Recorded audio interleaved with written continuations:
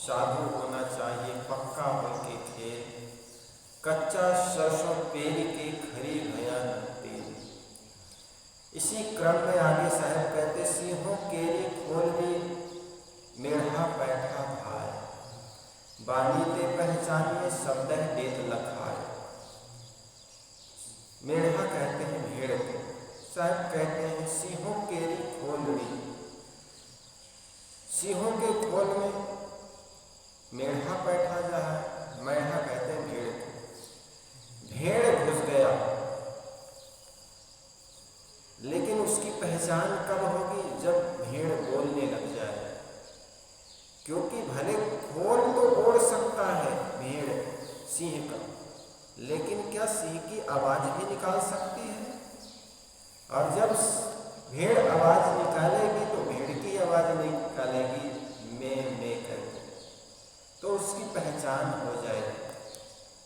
साहब कितना सुंदर उदाहरण देते हैं। इसी प्रकार साधु की जो पहचान है, उनकी वाणी, उनकी ज्ञान, उनकी रहनी से।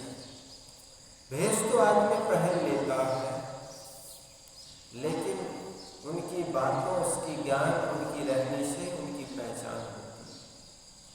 इसी संदर्भ में यह साखी कही गई है। उदाहरण कितना मार्मिक है। मानो एक भेड़ हो, वह सिंह की खाल में घुसकर लोगों के बीच में अपने आप को सिंह प्रदर्शित करना चाहे, परंतु उनकी वाणी तो सिंह जैसे नहीं हो सकती। उनकी आवाज में ही रहेगी। इसी प्रकार कोई विषय पामर धूर्त मनुष्य साधु वेश धारण कर लोगों को ठगना चाहे, तो उनकी धंधले बाजी बहुत दिनों तक नहीं चल सकती। वाणी हृदय की पहचान होती है। कोई कितना ही गढ़ छिलकर वाणी बोले, परंतु थोड़े ही समय में उनकी वाणी से उनके हृदय का पता लग जाएगा। मनुष्य की सच्ची पहचान उनके वेश से कम उनकी वाणी एवं आचरण से ज्यादा होती है। ऐसी ही नीति है कि सज्जन को तो बहुत पहचान लिया जा सकता है, परंतु दुष्ट को पहचानने में समय लगता है। सज्जन तो निश्चल एवं खुली किताब की तरह होता है, उसे जब चाहे पढ़ लो, परंतु दुष्ट आदमी अपने आप को स्वर्णिम वर्क से ढक करके रखता है। इसलिए सज्जनों को चाहिए कि वह ऐसे लोगों से सावधान रहे। देखो, आदमी उसी का भेष बनाता है जिस पर लोगों का विश्वास होता है, और भेष बनाने वाला डाकू, चोर या रावण भी ये मानता है कि साधु के भेष में लोग विश्वास करते हैं। उनके भी मन में होता है कि कोई आदमी अगर छल छद्म करे तो कुटिल भेष बनाकर नहीं बल्कि साधु भेष बना करके ही ठगा जा सकता। तो उनके भी मन में विश्वास होता है संतों के प्रति। तो साहब कहते हैं जो साधु होते हैं वो उसको तो पहचान लिया जा सकता है, लेकिन जो छद्म भेष में होता है उनको पहचानना बड़ा मुश्किल होता है। वो और अच्छे ढंग से बन ठन के रहता है, अपने को बहुत ज़्यादा स्वर्ण वर्ग से ढक कर के रखता है। इसलिए सज्जनों को चाहिए कि वह ऐसे लोगों से सावधान रहे। टोना, तामर, झाड़ फूक, जुआ, ताबीज, मंत्र, तंत्र, यंत्र आदि का आडंबर करना, किसी को पुत्र, धन, निरोग्यता आदि देने का झांसा देना, दुर्व्यसनी होना, गृहस्थों से नाना वस्तुओं की याचना करना, उत्तम उत्तम भोजन वस्त्र पहनना, साथ में स्त्री रखना, ब्रह्मचर्य न होना, यह सब नकली साधु का लक्षण है।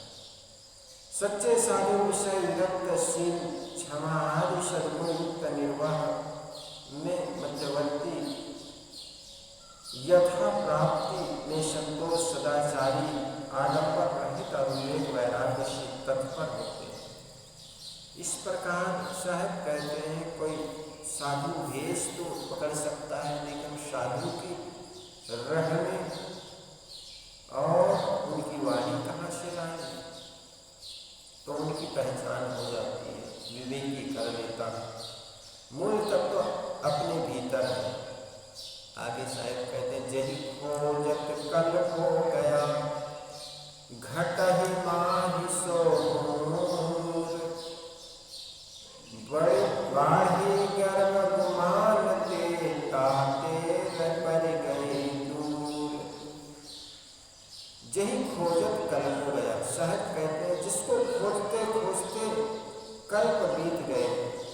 एक कल्प होता है 4 अरब 32 करोड़ वर्ष का। तो जिसको हम खोजने के लिए निकले हैं और कल्पों बीत गए, कई जन्म बीत गए। घटई माही सो मूल, मूल कहते हैं मूल, वह मूल घट में ही है और घट में ही फिर भी हम पहचान नहीं पाए। तो कारण बताते हैं बाढ़ी गर्भ गुमानते, ताते पड़ गए, क्योंकि आपके मन में अहंकार बढ़ गया और अहंकार के कारण उस मूल का परिचय नहीं हो पाया, वो दूर दूर रह गया। सदगुरु ने इस साखी में जीवन की सर्वोच्च उपलब्धि पर प्रकाश डाला। पास की जो चीजें हैं वो देखने में नहीं आती, क्योंकि आदमी की जो दृष्टि है, आदमी की जो इंद्रियां हैं वो बाहरमुखी है और बाहर की चीजों तो देखने में आ जाती है। यहाँ से 2 किलोमीटर 10 किलोमीटर की चीजों को आप देख सकते हैं, लेकिन आप अपनी आंखों को ही नहीं देख सकते। आंखों के ऊपर जिसको आप बिरौनी कहते हैं, बालों को नहीं देख सकते। और उस मूल तत्व के लिए तो कहना क्या है, वही है जिसको आप खोज रहे हैं, फिर उसको देखोगे कैसे। संत लोग एक उदाहरण दिया करते हैं। एक सन्यासी, उनके पास एक सुंदर डमरू था। डमरू बजाते कुछ सत्संगी इकट्ठे हो जाते, फिर क्या ज्ञान चर्चा नहीं होती, बल्कि गांजे का दम लगाते, भांग घोटते। एक दिन एक चोर ने देखा डमरू सोने का है और ये डमरू हाथ लग जाए तो वर्षों का खर्चा निकल जाएगा, बेच करके पैसा मिल जाएगा। तो डमरू तो ऐसा मिलेगा नहीं, तो उन्होंने सोचा चेला बन जाना चाहिए। गुरु जी के पास गए, कहे गुरु जी मैं आपका शिष्य बनना चाहता हूँ, चेला बनना चाहता हूँ।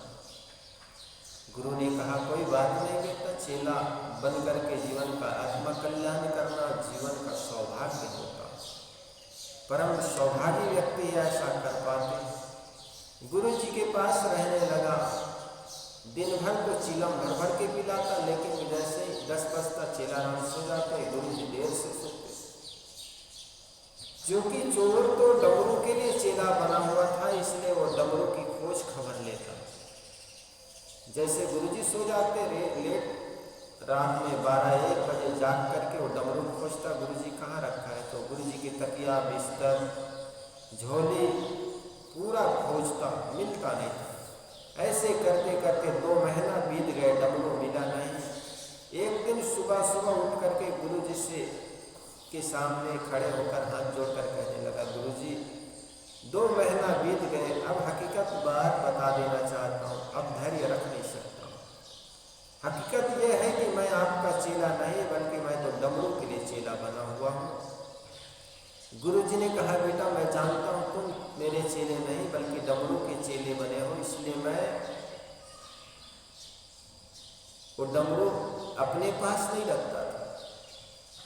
चेला ने कहा गुरुजी अब डमरू नहीं चाहिए, बल्कि डमरू की जगह बता दीजिए कि आप डमरू कहाँ रखते हैं। गुरुजी ने कहा बेटा मैं ये जानता था तुम डमरू के लिए चेला बने हुए हो, इसलिए डमरू को जब भी रखता था तो तुम्हारी झोली में रख करके सोता था। मैं अपने पास रखता तो तुम खोज लेते, इसलिए मैं जब भी सोता था तो डमरू तुम्हारी झोली में रख करके सोता था। चोर ने माथा ठोक लिया और सोचने लगा 2 महीने से वो डमरू जिसको मैं गुरुजी के तकिया बिस्तर में खोजता रहा वो मेरे झोली में रखा हुआ था, और मैं 2 महीना गुरुजी के तकिया बिस्तर झोली में खोजता रहा। कोई भी चोर अपने जेब अपने झोली नहीं खोजता, वो जब भी देखता है तो दूसरे की झोली देखता है, और दूसरे की झोली देखने वाला का मन कभी भरता नहीं, सदा खाली खाली रह जाता। तो जो पास है वही दूर हो गए। क्यों? क्योंकि हमारी जो दृष्टि है, हमारी जो इंद्रियां है बहिर्मुखी है, और बाहर की चीजें तो देखने में आ जाती है, दूसरे के दोष को देखने में आ जाती है, दूसरे के कपड़े में दाग लगा हो जल्दी देखने में आ जाता है, लेकिन अपने कपड़े की जो दाग है वो देखने में जल्दी नहीं आती। अपने कपड़े की दाग देखने के लिए तो हमें सिर को झुकाना पड़ता है। वह सौभाग्यशाली है जो अपने दोष को देख करके अपने मन को, अपने जीवन को निर्दोष बनाने का प्रयास करता है। जीवन भर आदमी हारो मारो तेरा मेरा में पड़ा रहता है, अपने लिए कभी कुछ नहीं करता। बात तो बड़े ज्ञान की होती है कि हम उनके लिए कर रहे हैं, हम उनके लिए सोच रहे हैं, लेकिन अधिकतर आदमी उनके लिए नहीं सोचता है, अपने लिए ही सोचता है। और अपने लिए अपने स्वार्थ के चलते ही आदमी परमार्थ से दूर हो जाता है। जो व्यक्ति अपने को जितना गढ़े छीलेगा उनको समय कहाँ मिलेगा दूसरे के दोष निकालने में। जो व्यक्ति अपने को गढ़ेगा, छीलेगा, अपने को संवारेगा, अपने मन को ठीक करेगा, उनके पास टाइम कहाँ। इसलिए सतगुरु कबीर साहब ने कहा बुरा जो देखन मैं चला, बुरा न मिलिया कोई, जो दिल खोजा आपना मुस्सा बुला न कोई। जो औरों के बुराई निकालने के लिए चलेगा वो सारी बुराइयों से अपने मन को भर लेगा। किसी व्यक्ति को पूछो आप कैसे हैं, भले कह देगा बहुत ठीक है, बहुत अच्छा। और दूसरे के बारे में पूछे तो दूसरे के बारे में 10 बुराई गिना देगा, वो ऐसा है वैसा। लेकिन सबसे बड़ा वह आदमी है जो अपनी बुराइयों को देखने में लगा रहता है। और जो आदमी अपनी बुराइयों को देखने में लगा रहता है उनको फुर्सत कहाँ दूसरे की बुराई निकालने। और जो आदमी दूसरे की बुराई जो है वो दूसरे को दुख देगा। हम खींचते हैं, रिझते हैं, दुखी होते, इसका मतलब है कि हमारे अंदर बुराई है। कोई आदमी हमारी बात नहीं मानता, क्या फर्क पड़ता है? हम सोचते हैं वो हमारी बात मान ले ऐसा हो जाएगा, वो कुछ नहीं होना है। आप भी अपनी बात कितने मानते हैं? हम अपने बारे में सोचें कि हम अपने विचारों के अनुसार कितने जी पाते हैं। महात्मा बुद्ध ने बड़ा अच्छा कहा था, कोई आदमी दूसरे की गलती पर क्रोध करता है, गुस्सा करता है, तो मानो वह अपने को सजा देता है। वो कैसे? क्योंकि जब आदमी गुस्सा करता है तो अपने तन मन सब कुछ भूल जाता है क्रोध के प्रभाव से।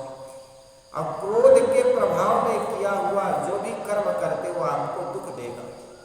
अनजाने में ही सही, जब क्रोध करोगे आपका मन बेचैन हो जाएगा, बाद में पश्चाताप होगा, मैंने ऐसे क्यों बोला, ऐसा नहीं बोलना था, मुझे मौन रहना था, चुप रहना था। अगर वे करते तो वे जानते गलती उनसे होती, बाद में पश्चाताप होता है, बात बोलते बोलते बिगड़ जाती है, बोलत बोलत बाढ़ निकाली। जितना आदमी मौन रहेगा उतना ही उनसे गलतियां कम होंगी, और जितना आदमी ज़्यादा बोलेगा उतना ही उनसे गलतियां ज़्यादा होंगी। पाश्चात्य देश में एक बहुत बड़े विद्वान हुए, राजनीतिक क्षेत्र में कम बोलने वाले आदमी हुए। वे जीवन में बहुत कम बोला करते थे, बहुत गंभीर, बहुत कम। कुछ लोग बड़े गंभीर होते हैं, बहुत कम बोलते हैं। लोग उनकी प्रतीक्षा करते हैं कि बोले तो सही। घर में भी अगर कोई मौन रहे, बच्चे मौन रहे, माँ मौन रहे, पापा मौन रहे, तो लोग सोचते कुछ तो बोल दीजिए ताकि हमको भी तसल्ली मिल जाएगी। इतना मौन, फिल आदमी बोलता रहे तो बोलने की कीमत घट जाती है, फिर उनकी कीमत कौन करेगा? लोग कहेंगे अरे वो तो बोलते ही रहते।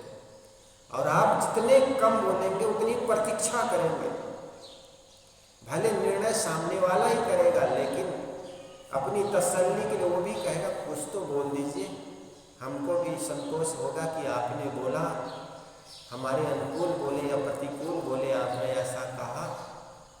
ऐसा जब कहे तब बोलो, फिर देखना आपकी कीमत बढ़ जाएगी।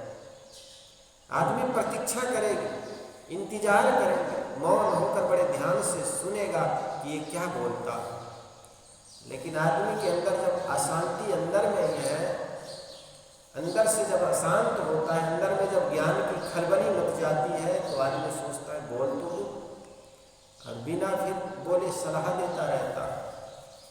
इसलिए किसी ने कहा दुनिया में सबसे अधिक कुछ चीज दी जाती है तो वो है सलाह, और ठीक विपरीत भी ऐसा ही होता है, सबसे कम लिया जाता है वो भी सलाह है।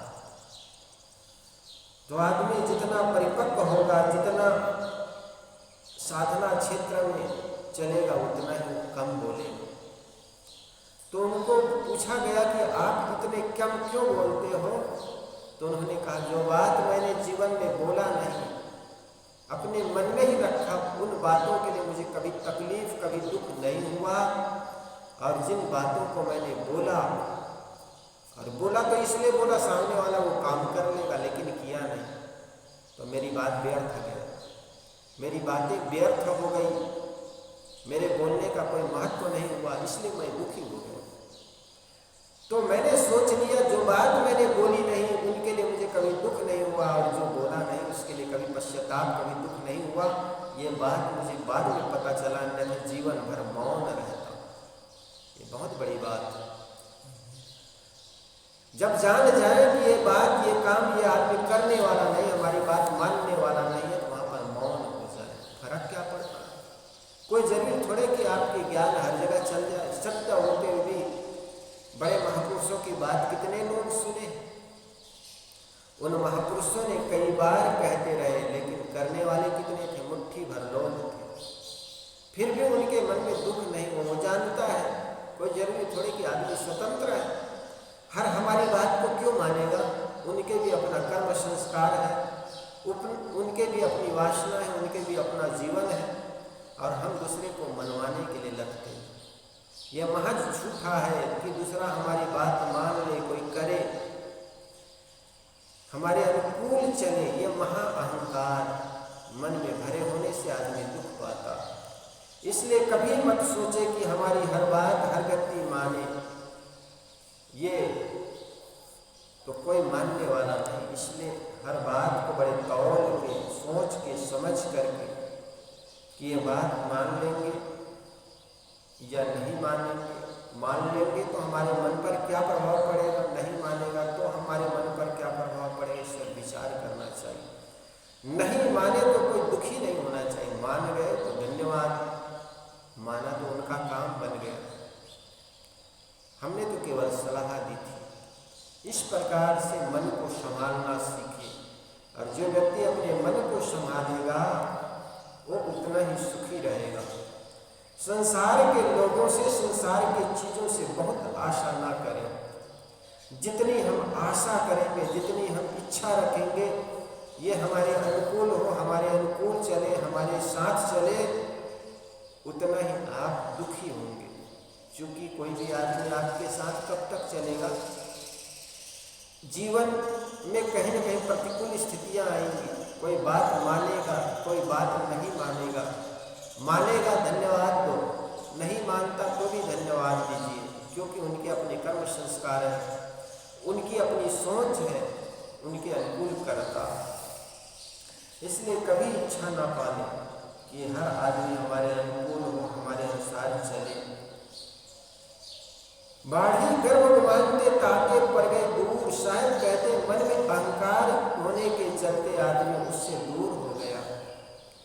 क्योंकि वो परमात्मा, वो प्यो, वो भगवान, वो खुदा, वो ईश्वर कहीं बाहर है नहीं, केवल समझना है। विस्मृति हो गया, उसको स्मरण में लाना है।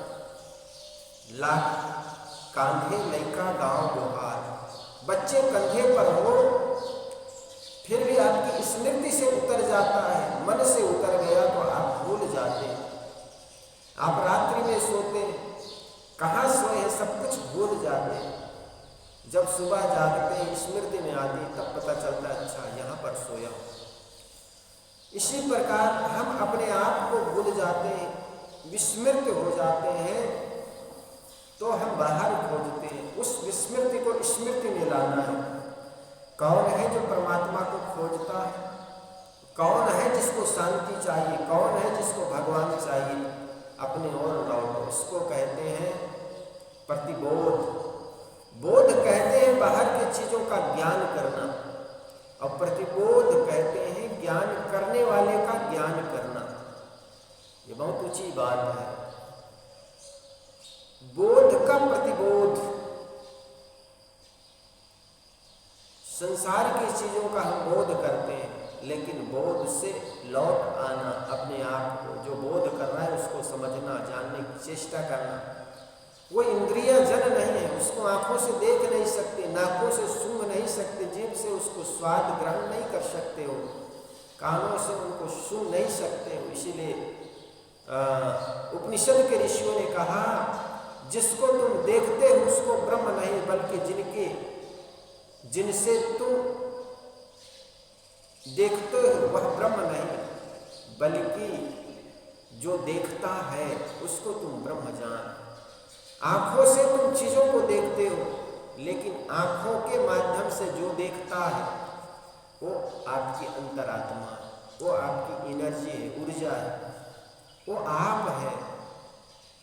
कानों के माध्यम से आप सुनते हैं, और जो सुनते हो शब्द होते हैं, लेकिन कानों के माध्यम से जो सुनने वाली आत्मा है उसको समझो, उसको जानो। जीभ के माध्यम से आप वस्तुओं का स्वाद चखते हैं, लेकिन जीभ के पीछे जो चखने वाला है, स्वाद लेने वाला है, उस आत्मा को समझो।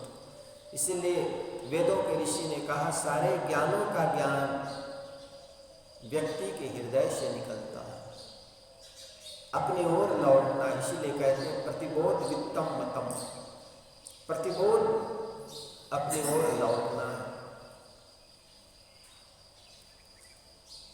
बल का प्रतिबल होता है, किसी चीज को जब फेंकते हो वो लौट करके अपनी ओर चला आता है। गेंद को एक बार दीवार की तरफ फेंकोगे, पुनः लौट करके अपनी ओर, आपकी ओर लौट आएगा। उसको कहते हैं प्रतिबोध, प्रतिबल, बल का प्रतिबल।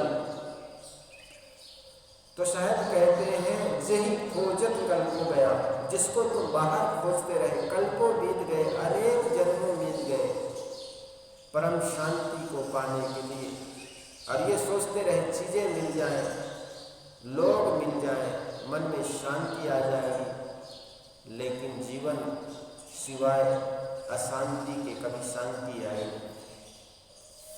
सदगुरु ने इस साखी में जीवन की सर्वोच्च उपलब्धि पर प्रकाश डाला है। मनुष्य धन, पत्नी, पुत्र, प्रतिष्ठा, संसारिक ऐश्वर्य से संपन्न होने पर भी भीतर अभाव का अनुभव करता है। कुछ लोगों को ऐसा लगता है कि हमारे पास धन होता तो हम संपन्न हो जाते, संतोष हो जाते, मन में सुखी हो जाते। लेकिन धन वाले को पूछो, अरे धन में सुख ढूंढने वाले तुम धन वालों से पूछ लो, उनको चैन नहीं मिलता भैया पल भर के व्यवहार। मुकेश अंबानी का अरबों खरबों दुनिया का सबसे बड़ा अरबपति माना जाता है। भारत का तो कम से कम अरबपति है। उनका एक लड़का है अनंत अंबानी। अब बताओ पैसे वालों के पास किस चीज़ की कमी है? अभी 23-24 की उम्र में उनका शरीर इतना है कि 1 क्विंटल से ज़्यादा वजन, शरीर भारी है। उनको एक ऐसी बीमारी है, बताओ, लोग कहते हैं ना पैसा होता तो हम इलाज करा लेते, उनके पास पैसे की कोई कमी है? कुछ ऐसे भी बीमारियां होती, पैसे कुछ काम नहीं करता। हमें तो ऐसा लगता है कि हमारे पास या इनके पास पैसा नहीं हुआ इसलिए इलाज नहीं हो पाए ठीक से। ऐसे लोगों के पास किस चीज़ की कमी है? प्रारब्ध सबको भोगना पड़ता है, इसलिए ये कभी मन में नहीं रखना चाहिए कि पैसे हो जाने से आदमी सुखी हो जाए। जब तक समझ ना हो तब तक आदमी दुखी ही रहेगा। समझ सबसे बड़ी चीज़ है, अपने आप को संभालना। हम औरों को संभालने में लगे रहते हैं, दूसरे को जीवन भर संभालने में, मकान, दुकान, बच्चों को संभालने में, पड़ोसी को संभालने में और रिश्तेदारियों को संभालने में जीवन भर सलाह देने में लगे रहते हैं। लेकिन अपने मन को भी संभालना जाता है। अपने मन को भी दौड़ने से रोके, अपने मन के लालच को, अपने मन के अहंकार को, अपने मन के अहम भाव को त्यागे, तजे। कोई जरूरी थोड़े कि हर व्यक्ति हमारे अनुकूल, हमारे अनुसार चले। और अगर व्यक्ति कोई अनुकूल, हमारे अनुकूल चले, हमारी सेवा करे तो उससे क्या होगा? हमारे मन में जलन है, ये मिट नहीं जाएगी। दूसरे हमारे शरीर का सेवा कर सकता है, कोई भोजन बना सकता है, लेकिन व्यक्ति के मन की जलन है, दूसरा कोई कुछ नहीं कर सकता। अपने जलन को जब तक मिटाएंगे नहीं, हमें तो ऐसा लगता है कि हमारे पास पैसा नहीं इसलिए हम ये काम नहीं कर पाए, अमुक जगह नहीं जा पाए। लेकिन जरा सोचो, जिनके पास पैसा होता है वो जीवन भर दौड़ता ही रहता है क्या? इसलिए कभी हमारे मन में नहीं होना चाहिए कि अमुक कारण से हमने ऐसा नहीं कर पाए। कितने ऐसे भी लोग हैं पैसों के ढेर में बैठा, लेकिन जरा भी कहीं जाने के उनके मन में भाव पैदा नहीं, जा भी नहीं पाते। सबसे बड़ी बात है, जहाँ है वहीं पर अपने मन को संभालना, क्योंकि शांति कहीं बाहर नहीं। चाहे जितने दौड़ जाओ, जितने भाग लो। साहब ने कहा, दौड़त दौड़त दौड़िया जहाँ तक मन की दौड़, दौड़ थका मन थिर भया वस्तु ठौर की ठौर। अगर विवेक से रहे आदमी तो जहाँ है वहीं शांति है। और जो मिलता है दुखी सुखी, शरीर तो एक दिन सबका मर जाना है, सबका नष्ट होना है, सबकी बीमारियां होती हैं। हमें ऐसा लगता है अमुक चीज़ नहीं खाने से हमको बीमारी लग गई, कमजोरी आ गई। महज एक भ्रम है। जिनके पास सारी चीज़ें हैं खाने की, क्या वो सदा स्वस्थ रहता है क्या? हमने देखा जिनके पास खूब खाने पीने की चीज़ें हैं, डॉक्टर ने कहा तुम शक्कर का नाम मत लेना, डायबिटीज बढ़ गई है और थोड़े और खाओगे बीमार पड़ जाओगे। बीमार तो वैसे भी हो, चल फिर नहीं पाओगे। सारे चीज़ें हैं, घी है, सूखी रोटी खाना, केवल गेहूँ मत खाना, उसमें तरह तरह का आटा और मिला देना ताकि पाचक हो। अब सारे चीजें होकर के भी वो खा नहीं सकता। तो सब चीज होने पर आदमी स्वस्थ हो, सारे धन संपत्ति होने पर सुखी हो, ये सोच बिल्कुल गलत है। आप अपने को संभालिए, जहां है वहीं शांति से रह सकते हैं अगर समझ सही हो तो। साहब कहते हैं मनुष्य रात दिन क्या खोजता है, वह केवल दुखों से छूटना चाहता है। दूसरे शब्दों में कहें तो वह अनंत सुख चाहता है, परंतु यदि उसका सब दुख मिट जाए तो उसे सुख पाने की याद ही न रहे। अगर सारे दुख मिट जाए तो सुख की याद कहाँ रहेगा। जरा कल्पना करो, आपको सिर में कोई दर्द नहीं है, आपको पता नहीं चलता कि आपका सिर भी है।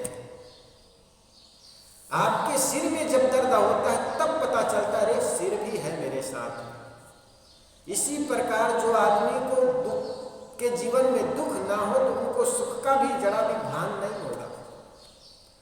देखो, पैर से हजारों किलोमीटर हमने चला, उस पैर का हमने कभी ख्याल नहीं किया, लेकिन वही पैर में थोड़ी चोट आ जाए तब आपको लगेगा अरे पैर भी है। कल तक तो हम दौड़ते थे, भागते थे, चलते थे, जरा भी पता नहीं चलता था। आज पैर फ्रैक्चर हो गया, पैर में चोट आ गई, तब पता चला अरे पैर भी है। इसी प्रकार आप जब जब दुखी होते हैं तब तब सुख का एहसास होता है कि सुख भी जीवन में आता है। तो सुख का अनुभव करने के लिए भी आपको दुख चाहिए।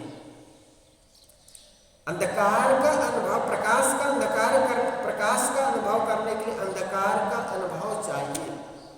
आप सोचेंगे अंधे व्यक्ति को प्रकाश का कोई ज्ञान होगा, बिल्कुल नहीं होता। जिसने प्रकाश को नहीं देखा उसको अंधकार का भी ज्ञान नहीं होता। इसी प्रकार जिसने सुख को नहीं देखा है उसको दुख का भी भान नहीं होता। अब गंदगी, कीचड़, सीवर लाइन का जो गंदगी होता है, गंदगी बह रहा है, आपको लगता है वो गंदा है, लेकिन सुअर को क्या लगता है वो गंदा है। आपको स्वच्छता का ज्ञान है इसलिए लगता है वो गंदा है, लेकिन एक सुअर है उसको गंदगी का क्या, उसको स्वच्छता का भी ज्ञान नहीं है तो उसको गंदगी का भी ज्ञान नहीं होता। तो कहने का मतलब जिस व्यक्ति को सुख का ज्ञान नहीं उसको दुख का भी ज्ञान नहीं हो सकता। इसलिए सुख को भी जानने के लिए दुख भी चाहिए। इसलिए कहा जाता है कि ये जीवन, गीत में गाया जाता है, जीवन एक धारा है, सुख दुख दो किनारा है। यह जीवन रूपी तिनका कभी सुख की ओर चली जाती है, कभी दुख की ओर चली जाती है। ये तिनका, ये जीवन में दोनों की जरूरत है और दोनों आए तो प्रसन्नता से उसको स्वीकार कीजिए। कोई सम्मान देकर आपको हारमाला पहनाते, आपके गीत गाते हैं, प्रशंसा गाते हैं तो आपको अच्छा लगता। कोई आदमी आपको गाली दे, अपमानित करे तो भी आपका मन उसमें रीझे खींचे मन। पड़ोस में जाएंगे आप, दूर के रिश्तेदारियों में जाएंगे, आपकी प्रशंसा करेगा क्योंकि 2 दिन के लिए आए, 4 दिन के लिए आए। और आपकी जब प्रशंसा करेगा तो आपको लगेगा ये हमारे अपने हैं। आपके सारे दुख दर्द जिनके सानिध्य रहते हैं उनके दुख सुनाएंगे। वो आपको ऐसा पीड़ा देता है, ऐसा दुख देता है, होता है ना कई बार। लेकिन वो पड़ोसी, वो दूर के रिश्तेदार क्या काम का, वो 2 दिन के लिए गए और 2 दिन के लिए गए वो आपको मीठी मीठी बातें सुनाएगा।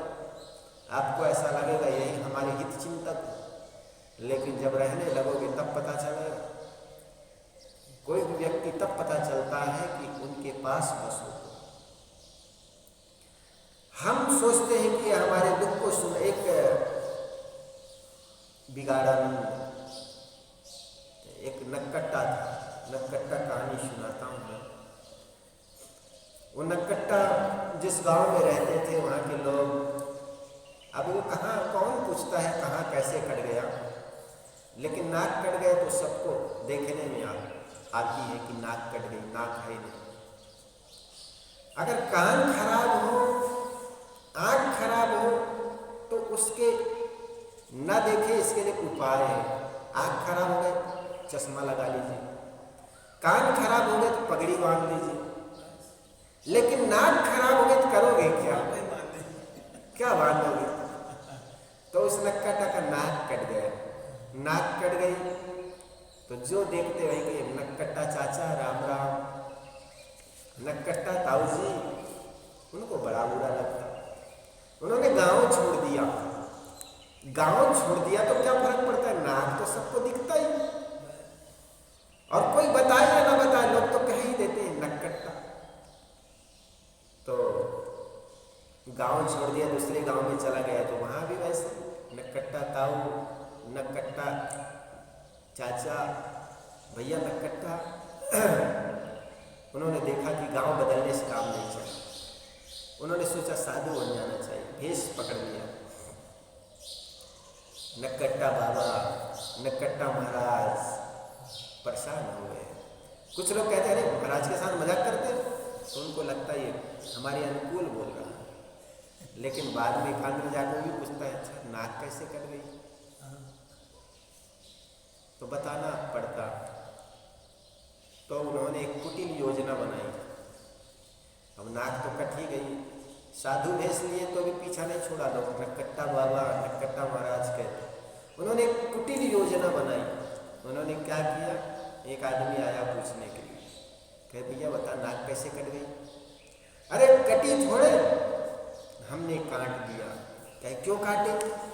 एक दिन रात में हम सो रहे थे, भगवान ने हमें दर्शन दिए और कहे बता तू मेरे लिए क्या कर सकता है जिससे मैं तुम्हें 24 घंटा दर्शन देता रहूं। मैंने कहा सिर काट दूं? कहे नहीं, सिर काटने की जरूरत नहीं, तो ये सिर का बलि चढ़ा दूं आपके चरणों में? कहे नहीं, इसकी जरूरत नहीं। ये आपका नाक है ना, ये नाक को काट के चढ़ा दो मेरे चरणों में, फिर मैं तुमको 24 घंटा दर्शन दूंगा। भगवान ने ऐसा कहा और मेरे नाक काट दी। देखो भगवान दर्शन दे रहा है, वो दे रहा है। वो आदमी बड़ी प्रसन्नतापूर्वक कह रहा है वो नाक कट गई दर्शन दे रहा है। हाँ एक बात आओ, तुम्हारे हाथों से जिसकी नाक कट जाए उनको भी दर्शन देगा। तो आया था पूछने के लिए, उन्होंने कहा मुझे भी देगा? बिल्कुल, तो मेरा भी नाक काट दीजिए। कहे तुम क्यों कटवाना चाहते हो? अरे नाक के काटने से भगवान दर्शन दे दे, इससे बड़ा क्या हो सकता है? भगवान के लिए तो आदमी नमाज करता है, प्रार्थना करता है, मंदिर जाता है, फिर व्रत करता है, और केवल नाक ही बात है। काट दिए, उनके नाक काट दिए। नाक कट गई। वो नक्कट्टा गुरु से कहने लगा तो नाक कट गई, फिर दर्शन नहीं दे रहा है। नक्कट्टे ने कहा मुझे भी थोड़े दर्शन दे रहा है, तो मुझे क्यों कहे? तो मैं एक था, मुझे लोग नक्कट्टा नक्कट्टा कहते हैं, मुझे शर्म संकोच आता, मैंने आपका भी काट दिया। अब तुम्हारा भी कट ही गया, ना बोलना कि दर्शन नहीं दे रहा है, तू भी चिल्ला दर्शन दे रहा है। आहा, दोनों मिलके कहने लगे वो दर्शन दे रहा है, भगवान दर्शन दे रहा है। लोगों के साथ लोगों ने तर्क किया, एक आदमी नाक कट गई झूठ बोल सकता है, दूसरा थोड़ी झूठ बोलता। भीड़ के साथ भाड़ एक शब्द होता। लोगों ने सोचा एक झूठ बोलता है बात ठीक, दो थोड़े बोलेगा, और 2 से 2000 हो गए, धीरे धीरे बढ़ गए। उतनी भीड़ देख करके लोग एक दूसरे नाक काटने में लग गए, नाक काटते चले गए। भीड़ प्रचार इतना हो गया कि लोग अपने अपने नाक काटने लग गए। प्रचार व्यक्ति को विचार करने से रोकता, प्रचार इतनी हावी हो जाता है कि आदमी विचार करना ही भूल जाता है। आदमी ने विचार नहीं किया, ऐसा कैसा ऐसा कैसा, सब नाक काटते गए। एक आदमी बड़ा गांव के समझदार था, उन्होंने सोचा हमारे नाक भले कट जाए लेकिन पता तो चले हकीकत क्या है। गया नाक कटाया तो उनको दर्शन नहीं। उन्होंने कहा हमारा नाक कट गई तो कट गई, अब दूसरे का कटने नहीं देंगे। उन्होंने सबके सामने कह दिया नाक कटने से कोई किसी को दर्शन नहीं मिलता, कुछ नहीं मिलता, और नक्कट्टा के पास कुछ मिलता, कुछ नहीं मिलता। तो प्रचार इतना हावी हो जाता है कि आदमी विचार करना ही भूल जाता है। साहब कहते हैं मनुष्य दिन रात क्या खोजता है, वह केवल मनुष्य धन, पत्नी, पुत्र, प्रतिष्ठा आदि सांसारिक ऐश्वर्यों से संपन्न होने पर भी भीतर भीतर अभाव का अनुभव करता है। धनी से धनी लोग मिलने पर कहते हैं, महाराज जी किसी चीज की कमी नहीं, बस केवल मन में अशांति, मन में शांति नहीं है। परंतु यदि मन में शांति नहीं है तो फिर तुम्हारे पास है क्या? मन में शांति है नहीं, तुम्हारे पास क्या है? ये धन, ये मकान, ये दुकान किस काम का? यही शांति के लिए सब कुछ इकट्ठे किए, पत्नी, बच्चे, परिवार, मकान, दुकान, और सारे होने के बाद भी अगर तुम्हारा चित्त अशांत है तो मिला क्या? एक आदमी, एक मकान में आग लग गई। सेठ का मकान था, सेठ का एक ही वारिस था, एक बच्चा, एक ही लड़का था। जब आग लगी तो लोगों ने सब कुछ बचाए, पलंग, बिस्तर, पैसे, नोट, खजाना सब कुछ बाहर निकाल लिया। तब सेठ की पत्नी को अंतिम में ख्याल आया, अरे मेरे बच्चे। तब सेठ को ख्याल आया कि सारी चीजें निकाल ली गई लेकिन उस चीज के मालिक को नहीं निकाला गया। अब चीजों को निकाल के करोगे क्या? जिस चीजों के मालिक है उस बच्चे को ही नहीं बचा पाए और केवल चीजों को निकाल लिए तो बचा क्या फिर? ठीक इसी प्रकार आपके पास सब चीज है लेकिन उन चीजों से जो आपने शांति की चाह से इकट्ठे किए थे वो शांति नहीं रह गई तो आपके पास क्या है? एक फकीर जिनके पास कुछ भी नहीं, मकान, दुकान, लेकिन उनके पास शांति तो है। कुछ भी ना हो, लोग सम्मान ना दे, क्या फर्क पड़ता? लोग इज्जत ना करें, लोग उनकी बात ना माने, क्या फर्क पड़ता? चित्त शांत होनी चाहिए। बाहर से भटकते मन, हमने धन के पहाड़ों पर बैठे व्यक्तियों को देखा, चित्त से जल रहा है और किसी दूसरे के कारण नहीं बल्कि अपने कारण। साहब ने कहा, जग जरते देखिया अपनी अपनी आग। आदमी दुखी होता है उसके दूसरा कोई कारण नहीं होता, मूल में स्वयं हो। अपने आप को देखो, कभी काम की आग से, कभी क्रोध की आग से, कभी सम्मान की आग से, कभी बड़कपन की आग से जलते हैं। ये जलन कोई दूसरा नहीं बुझा सकता। बाहर में आग लगी हो, कोई दूसरा पानी डाल भी दे, वो आग से काबू पा जाए, लोग पानी डाल करके उस आग को बुझा भी दे, लेकिन आपके अंदर की जो आग है, जलन है, इससे किसी पानी से नहीं बुझाया जा सकता। स्वयं समझ करके बुझाया जा सकता है। जरा सोचो, किसी ने कोई आपकी बात नहीं मानी तो फर्क क्या पड़ा? आपका क्या गया? नहीं मानी, उनकी अपनी समझ है। किसी ने आपको गाली दे दी, किसी ने अपमान कर दिया, क्या फर्क पड़ा? उनकी अपनी समझ, ऐसा कह दिया। अपने मन को संभालने और सजाने या संवारने का एक ही तरीका है, अपने मन को। दुखों से मुक्ति होने का एक ही रास्ता है, केवल अपने मन को संभालना। सामने वाले ने आपको नहीं समझा, आपको अपमानित कर दिया, गाली दे दिया, क्या आप भी उनको गाली देंगे? गधे ने आपको लात मार दिया, गधे को लात मारने जाओगे? जिसने गाली दिया वो गधा ही समझो, उन्होंने गालियां दे दी, क्या आप भी गाली दोगे? गधे को लात मारोगे, क्या गधे को लात लगेगा? तो गधे को लात मारने के बजाय अपने को दूर कर लो, अपने को संभालो। अगर आप गाली के योग्य नहीं, गीत के या प्रशंसा के योग्य है, फिर भी सामने वाले आपको गाली दे रहा है, तो वैसे ही जैसे सूरज को थूकना। कोई आदमी सूरज की ओर मुख करके थूकेगा तो थूक क्या सूरज के पास जाएगा? सूरज के पास थूक तो जाएगा नहीं, बल्कि उस थूक से स्वयं का शरीर भर जाएगा। गंदगी से आदमी का शरीर स्वयं भर जाएगा। इसी प्रकार आप पर किसी ने थूक दिया, किसी ने गालियां दी, किसी ने निंदा कर दी, तो आप मौन हो जाइए, कुछ उत्तर न दीजिए। फिर लोग उस पर ही कीचड़ उछालेगा कि यह आदमी बुरा भला कहता है, और वो आदमी इतना सज्जन है कि एक शब्द भी नहीं बोले। होता है ना कई बार। एक साधु आदमी किसी और को गाली देने लग जाए तो कहे तो आप तो साधु हैं, आपको समझाने लगेंगे लोग। हजारों ज्ञानी मिल जाते हैं। अगर आप को कोई आदमी गाली दे दिया और आपने भी उसको गाली दे दी, तो लोग कहेंगे वो तो ऐसा ही है, तू क्यों ऐसा हो रहा है? साहब ने कहा वो तो ऐसा ही हुआ, तू मत हो अयान, वो निर्गुणिया, तू गुणवंता, मत एके में शान। साहब कहते वो निर्गुणिया है, गुणहीन है, आप तो गुणवान है, आप तो साधु है, आप क्यों गाली दे रहे हो? वो आदमी समझाता है जिसके अंदर कई दुर्गुण है, तो उनका भी बात मानना चाहिए। गलत आदमी भी अगर अच्छी सलाह दे रहा है तो उनकी भी बात मानो।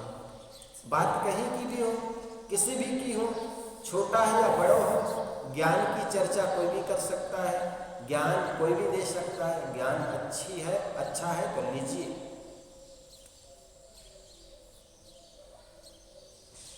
तो आप अगर मौन हो जाए, सामने वाले ने गाली दी, आप मौन हो गए, तो तीसरा आदमी कहेगा वो तो अच्छा आदमी था, कुछ बोला नहीं, यही आदमी गलत है, ये उनको गाली दे रहा था। दूसरा समझाएगा उनको, लेकिन वो ऐसा है, तुम भी वैसे हो जाए तो तुमको ही कहेंगे लोग, तू तो साधु है ना, व्यंग कसेगा।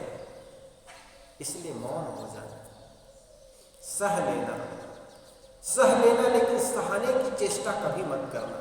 कई बार होता है ना, ये आदमी ऐसा किया तो मैं भी ऐसा करूँगा, ये चलेगी पात डाल डाल तो मैं चलूँगी पात पात। साहब कहते हैं अगर सामने वाले गाली देता है तो आप उलटिए मत। वो एक गाली देता है तो उलटने से दो हो जाता है। आवत गाली एक है, उल्टत गाली दो है, ऐसे कुछ है। अगर किसी ने एक गाली दी, आपने उलट करके दो गाली दे दी, गाली पर गाली बनती चली जाती है। आवत गाली एक है, उल्टत दो, ऐसा कुछ है मैं बोल रहा हूँ। इससे बात बनेगी नहीं, बात और बिगड़ती चली जाती है। इसलिए संसार में हर व्यक्ति अपने को ज्ञानी मानता है, समझता है। इसलिए सुन लेना, सह लेना, सहाने की कभी चेष्टा मत करना। तो लोग कहते हैं महाराज जी किसी चीज की कमी नहीं, बस केवल शांति नहीं है। परंतु यदि मन में शांति नहीं तो फिर तुम्हारे पास है क्या? शांति के अलावा तो जो कुछ है वह सब माटी है। माटी तन है, माटी धन है, माटी सब संसार। मनुष्य रात और दिन क्या खोजता है? वह केवल दुखों से छूटना चाहता है। दूसरे शब्दों में कहे तो वह अनंत सुख चाहता है। परंतु यदि उसका सब दुख छूट जाए तो उसे सुख पाने की याद ही नहीं रहती। यदि भूख प्यास का दुख न हो तो अन्न पानी से सुख की कल्पना होगी भी नहीं।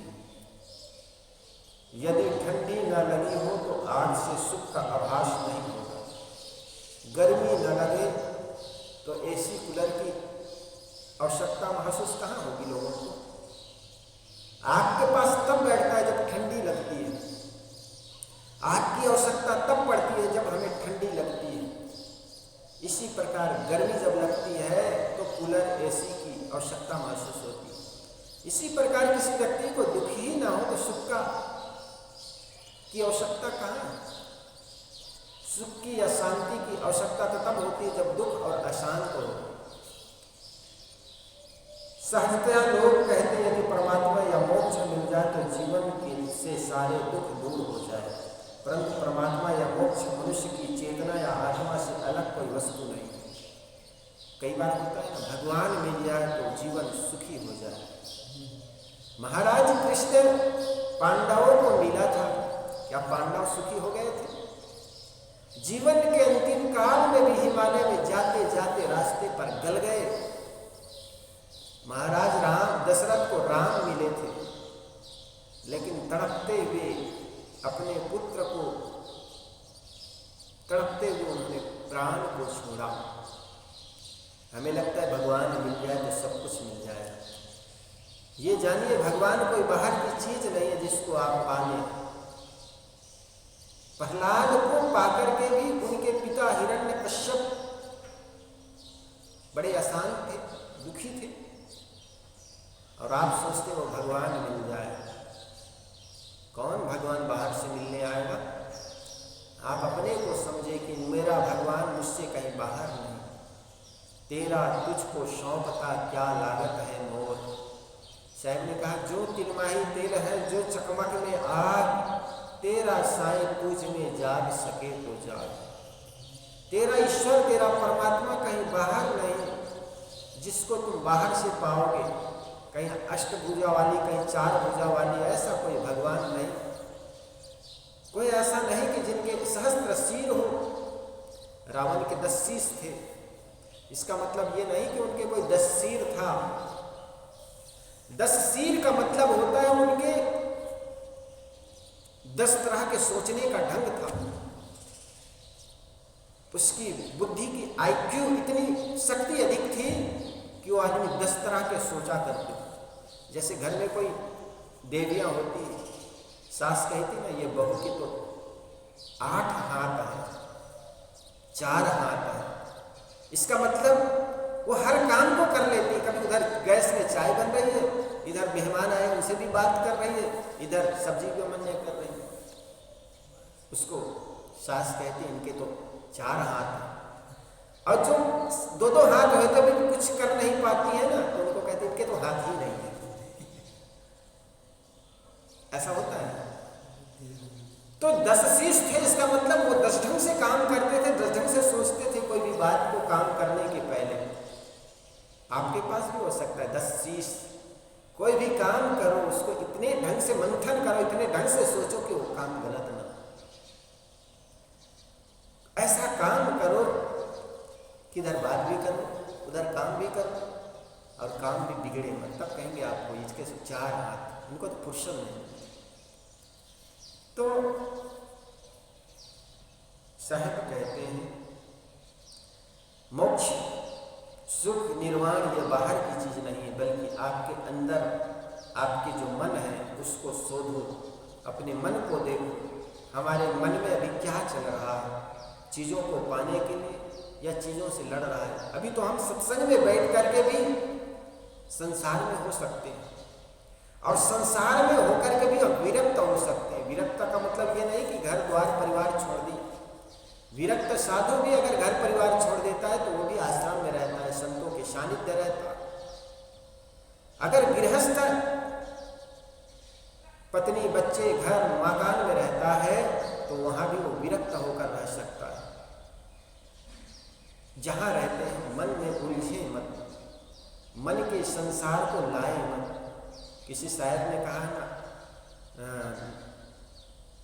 नाव पानी में जाए तो जाए, नाव में न पानी आने दो। मन संसार में जाए तो जाए, मन में संसार न आने दो। बाजार जाते हैं, 10 तरह की चीज़ें देखते हैं, बाजार से जो आवश्यक चीज़ें खरीद के ले आते हैं, लेकिन रात में भी उसी बाजार का स्वप्न देखते हो। इसका मतलब आपने बाजार को अपने मन में स्थान दे दिया। जो चीज़ लाए आपके मन में हुआ ये चीज़ ठीक नहीं है, वो लाना था, वो दिखा रहा था ना, वो कलर का कपड़ा या वो कलर का वो चीज़, वो अच्छा था। इसका मतलब आपने मन को ही संसार में ले आया। मन संसार में जाएगा, लेकिन मन में संसार न आने दो। संसार में रहना होगा, संसार में जीना होगा, लोगों के साथ व्यवहार करना होगा, लेकिन 24 घंटे व्यवहार में मत डूबे रहो। कुछ ऐसे समय निकालो जिससे आपके मन निर्मल हो, मन में संसार ना हो। सहजतया लोग कहते हैं परमात्मा या मोक्ष मिल जाए तो जीवन के सारे दुख दूर हो जाए, परंतु परमात्मा या मोक्ष मनुष्य की चेतना एवं आत्मा के अलावा क्या वस्तु है जो मिलेगी?